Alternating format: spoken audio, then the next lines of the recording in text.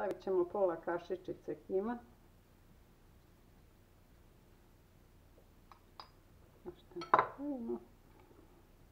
Kašičicu soli.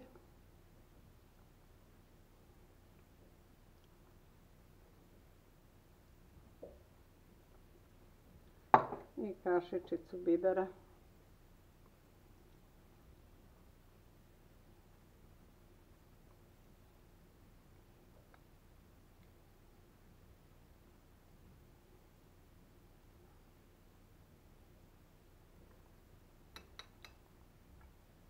Kašiku maslinovog ulja.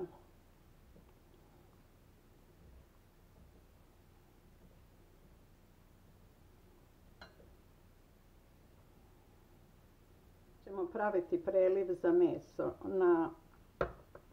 Stavit ćemo 2 kašike maslinovog ulja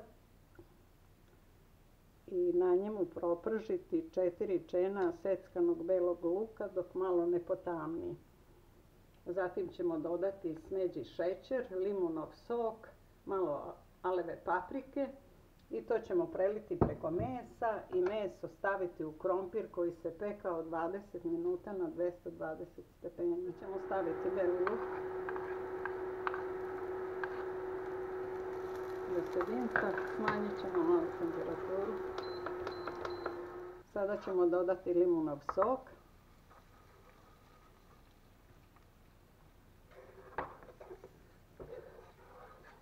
Zatim ćemo dodati 2 kašike smeđeg šećera.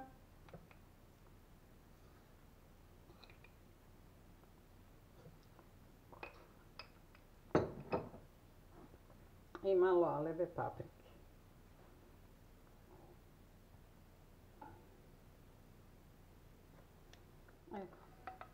Sada ćemo, stavili smo belo meso u sredinu. Krompir smo izvadili iz rerne gdje se pekao 20 minuta, a sada ćemo staviti ovaj preliv preko belog mesa i sve vratiti u renu da se dopeče 20 minuta još.